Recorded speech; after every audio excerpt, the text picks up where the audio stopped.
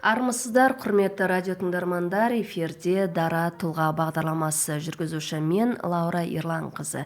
Ендеше эфирімізді бастаймыз. Бүгінгі Дара тұлға бағдарламасының кезекті актері, австралиялық киноактер Рассел Кроу туралы сіздерге оның өмірін және оның бірнеше 50-ге жуық түскен кинолары туралы, фильмдер туралы бірге талқылайтын боламыз. Ендеше бізбен бірге болыңыздар. Құрметті тыңдармандар, австралиялық киноактер Рассел Кроу 1964 жылы 7 сәуірде Жаңа Зеландияның Веллингтон қаласында дүниеге келді. Оның ата-анасы да кино әлемінде, шоу-бизнесте, сондай-ақ телевидение саласынан алыс болған емес. Сондықтан кішкентай кезінен бастап Рассел шоу-бизнес саласында кішкентай кезінен бастап ата-анасымен бірге өскен балалардың бірі болды. Ол 4 жаста болған кезде өзінің отбасымен Сидней қаласына көшіп келді. Балалық кезінен бастап сол кино әлемінде, шоу-бизнес ортасында өскен бала болатын. Бірақ 14 жасында ол қайтадан өзінің туған жері Жаңа Зеландияға көшіп келіп, оқуын сонда аяқтайды. Ол өте еңбекқор және де кішкентай кезінен бастап жас өспірім шағында да Римские забавы атты рок топтың негізін қалаушылардың бірі болды. Ол рок жұлдызы болды, бірақ алайда ол сол салада ары қарай яғни рок жұлдызы атануға мүмкіндігі болмады. Ол өзінің өмірдегі қаражатын, өзінің нәпақасын мейрамханалардың бірінде даяшы болып жұмыс істеп, ыдыс-аяқ жуып, сондай-ақ басқа да өмірдің әртүрлі саласында жұмыс істеп, өзінің өмірлік қаражатын, өзіне керекті сомасын кішкентай кезінен еңбекқорлығыменен осылай өмір сүрген балалардың бірі болды.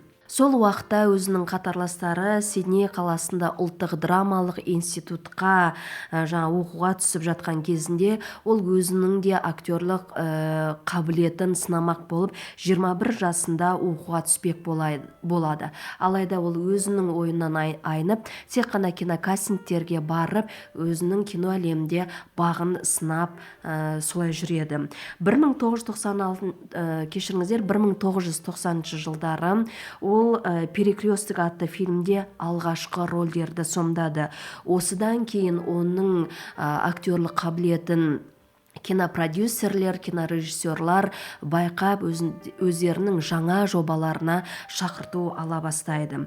1999 жылы 35 жасар Рассел Кроу «Свой человек» атты кинокартинада басты рөлді сомдайды. Ал 1 жылдан соң ол «Гладиатор» атты фильмде рөлді сомдап, Оскар статуэткасына ие болады.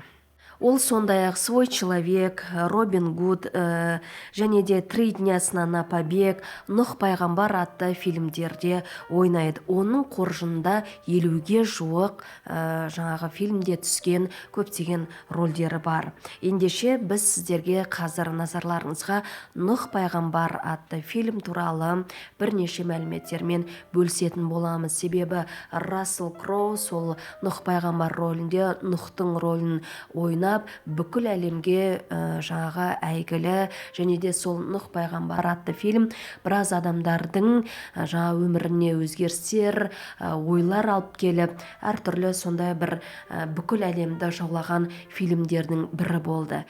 Ғалымдардың зерттей келе жасаған тұжырымына қарағанда, Нұх пайғамбардың құрастырған кемесінің ұзындығы 135 метр, ал ені 23 метрді құраған дейді. Ал биіктігі 35 метрден асқан деп айтып жатады.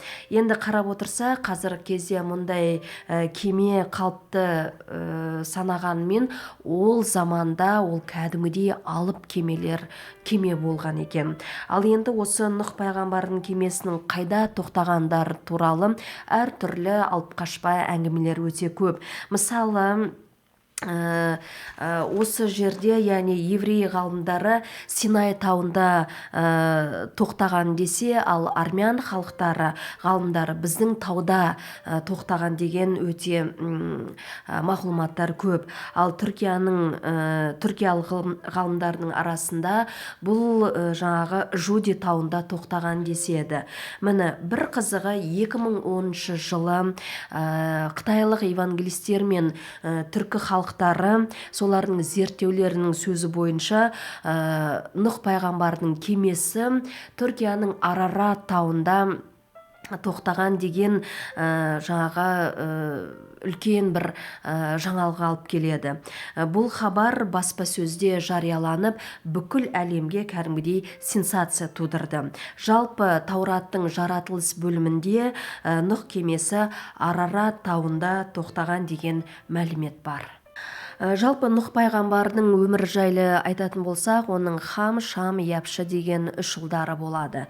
Жалпы Құдайдың көз алдында жер беті бүлінген үстінен бүлініп, жер беті зұлымдыққа толы болғандықтан, ол Нұх пайғамбарға мынадай бір сөзді бұйырады. Мен күллі тіршілік иелерінің өмір сүруін тоқтатамын. Себебі жер беті өте күнәһар, зұлымдыққа толы болғандықтан, мен сол себепті жермен қоса етіп құртып, мен топан суды жіберемін. Ал сен болсаң алып кеме жасап, сол кеменің ішіне өзіңнің әйеліңді, ұлдарыңды, келіндеріңді және жануарларды жұп-жұбымен кіргізіп, осы топан судан құтқарасың. Ал қалған адамдар, жануарлар барлығы жермен жексен болып, топан су арқылы мен жер бетіндегі күнәларды жоямын деп осындай тапсырма береді. Осылайша Нұх пайғамбар енді нақты мәлімет болмаса да, бірақ 50 жыл бойы сол кемені жасайды.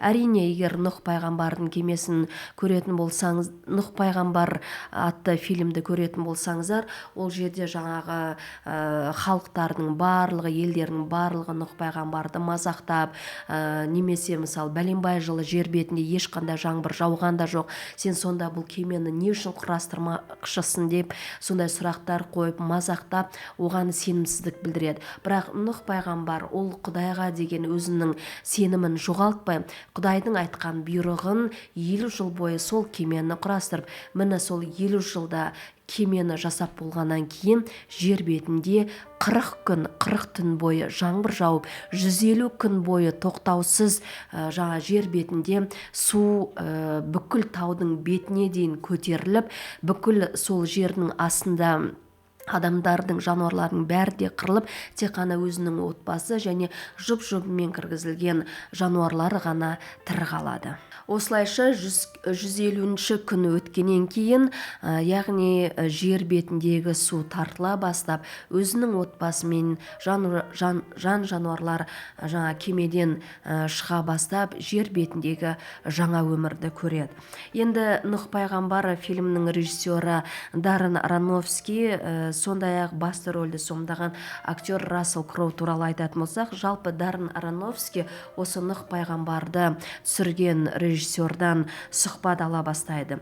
Яғни сіздің дәл осы Нұх пайғамбардың рөліне көзіңіз түскен Рассел Кроу не себептен сол актерді таңдадыңыз деген сұраққа Даррен Аронофски былай деп жауап береді. Ол мінсіз актер, және мен оның бойындағы жаңағы Нұх пайғамбардың образына, кейіпкеріне келетін сондай бір керемет қасиетті, керемет сондай бір актерлік шеберлікті байқағандықтан менің таңдауым Рассел Кроуға түсті деп айтады.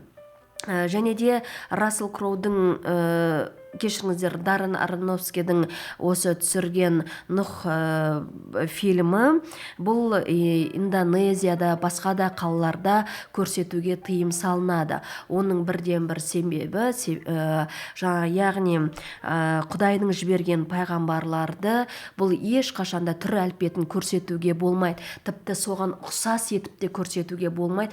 Бұл кәдімгідей дінге қарама-қайшы дүние деп, яғни бірнеше қалаларда Нұх пайғамбар туралы фильмді көрсету кәдімгідей тыйым салынады. және де жалпы режиссердан осы фильм туралы тағы да сұрақтар ала бастайды. Яғни Нұхтың тарихында анық мына нәрсе айтылған. Яғни адам баласы енді Нұх пайғамбар туралы фильмді түсірудің бірден бір себебі қандай тағы да деген кезде Даррен Аронофски режиссер былай деп жауап береді. Яғни адам баласы өзінің күнәһар болмысымен күреспейтін болса, яғни бүкіл әлемдік топансу жағдайы қайтадан жаңағы орын алу мүмкін деген сияқты. Енді режиссерлардың әртүрлі жаңағы фильмді түсіру барысында өзінің жаңағы фантазиясы, қиялы деп айтаймыз, өзінің көзқарасы туралы фильмдерді түсіреді емес пе? Ендеше сол фильмде ол жаңағыдай егер адам баласы үнемі өзінің күнәһар болмысымен күреспейтін болатын болса, үнемі сол бір оттың үстінен қайтадан басып жаңағыдай күнәні қайталай беретін болса, оның да өмірінде осыдан бірнеше жылдар бұрын Нұх пайғамбардың кезінде жер бетінде топан-су жарияласа, яғни адамның да өмірінде осындай топан-су сияқты соған ұқсас өмірінде бір жойқын бір қатты қиын жағдайлар туындауы мүмкін деген сияқты сол фильмді мен сондай мақсатпен түсірдім деп айтып жатады. Міне, құрметті тыңдармандар, біз Нұх пайғамбардың рөлін сомдаған Рассел Кроу туралы сіздерге қысқаша осындай мәлімет бердік, және сол фильмді түсірген режиссер Даррен Аронофски туралы да қысқаша осындай мәлімет бердік. Және сондай-ақ фильмде мысалы Нұхтың басты миссиясы бұл кеме жасап, яғни Құдайдың айтқан тыңдау болатын болса, ал бұл жерде кино түсіру, яғни Даррен Аронофски туралы сіздің миссияңыз, яғни осы Нұх пайғамбар туралы фильм түсіру болды ма сіздің миссияңыз деген сұрақтарға Даррен Аронофски былай деп жауап береді. Кино түсіру бұл менің құштарлығым. Мен тарихқа сенем, мен Құдайға сенем, және сенген дүниеменен мен барша бүкіл әлемге, күллі халыққа өзімнің түсірген дүниемен бөліскім келеді. Ал қалған әр адам өзі ары қарай жаңағы көзқарасы қалай болатын, енді әр адам өзі жаңадай шешім қабылдайды деп осылай өзінің жер бетіндегі осы Нұх пайғамбар туралы фильм туралы миссиясын осылай аяқтайды. Құрметті тыңдармандар, олай болса Нұх пайғамбар атты фильмді көрген де бар, көрмегендер де бар. Ал енді өз басым сол фильмді көре келе мынандай бір ойға тоқталдым. Яғни сол жаратылыстың басталуы кезінде жер беті бүлінгеннің үстінен бүлініп, адамдар азғырылып, күнәға толы болғандықтан Құдай, яғни Нұх пайғамбарға өзінің бұйрығын айтып, алып кеме жасатқызып, осылайша жаңағы жер бетін топан сумен күнәларының барлығын, адамдардың барлығын осылай топан су арқылы жойып жібереді. Сол сияқты фильмді көру барысында енді әркімнің өзінің сол фильмді көрген кезде бір ой түйеді емес пе? Ендеше мен сол фильмді көру арқылы көрермен ретінде, жүргізуші ретінде менің айтқым келетіні, әр адамның өмірінде жаңағыдай күнәні бәріміз де жасаймыз. Күнәнің үлкені де кішісі де болмайды. Бірақ әр адам үнемі шайтанның азғыруында, күнәнің азғырылуында бір басқан отты қайта баса берген кезде оның өмірінде осы топан су сияқты жаңағыдай бір жойып кететін, жойқын немесе бір өте қиын сәттер туындауы мүмкін. Сол себепті әр адам әр күніне өзінің ризашылығын білдіріп, өзінің өмірін Құдаймен, жаратушы Алла тағаламен байланысты болған кезде оның өмірінде сондай бір жаңағыдай күнәдан алыс рухани дүниеге жақын болған кезде оның өмірде әрине жаңағыдай Құдаймен бірге өмір сүру арқылы да керемет, жақсы, баталы сәттерде өте көп болады. Сондықтан құрметті тыңдармандар, Нұх пайғамбар фильмі туралы және сондай-ақ соны түсірген режиссер Даррен Аронофски және сол Нұхтың рөлін сомдаған Рассел Кроу туралы біз сіздерге осындай қысқаша мәлімет бердік. Дара тұлға бағдарламасы әрқашанда қосылы болсын. Егер сіздер қандай да бір актер туралы немесе сол фильмнің талқылау туралы жаңадай өздеріңіздің ұсыныстарыңыз болса, осы видеоның астына комментария қалдырып, өздеріңіздің жаңадай ойларыңызбен бөліссеңіздер болады. Ендеше келесі кездескенше сау саламатта болыңыздар.